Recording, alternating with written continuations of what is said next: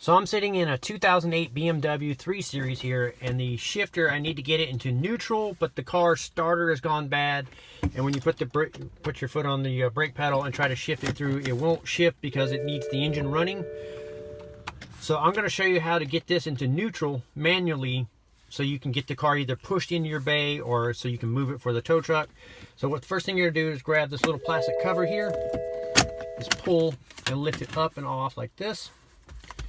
Next, we need to get this piece of plastic off here, and if you look right here, there's a little tab.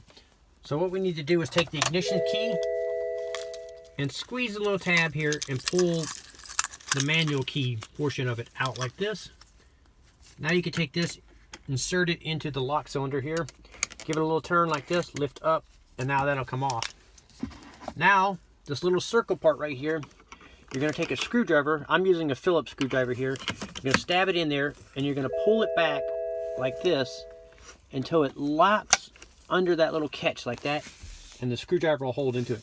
Now if you look on your shift knob, it'll say neutral. Now you can roll your vehicle in or out, and then when you're all done, you just pull the screwdriver out. Then you can reinstall the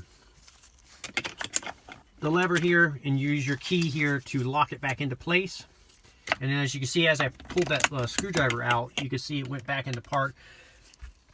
So like I said, I just put the cover back in. Now I'm going to use the key portion of it, turn it back, lock it back into place.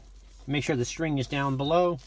Now you can take the top cover here, slip it back over, line it up, and it just has little tabs, and you just press down until it fully seats.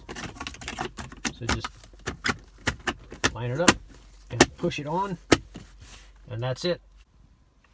I'm Brian Eslick from How To Automotive. I hope you guys found this video useful. I'd like to thank you guys for watching, encourage you to subscribe, invite you to head over to the howtoautomotive.com website for more valuable videos like this. Thank you again for watching.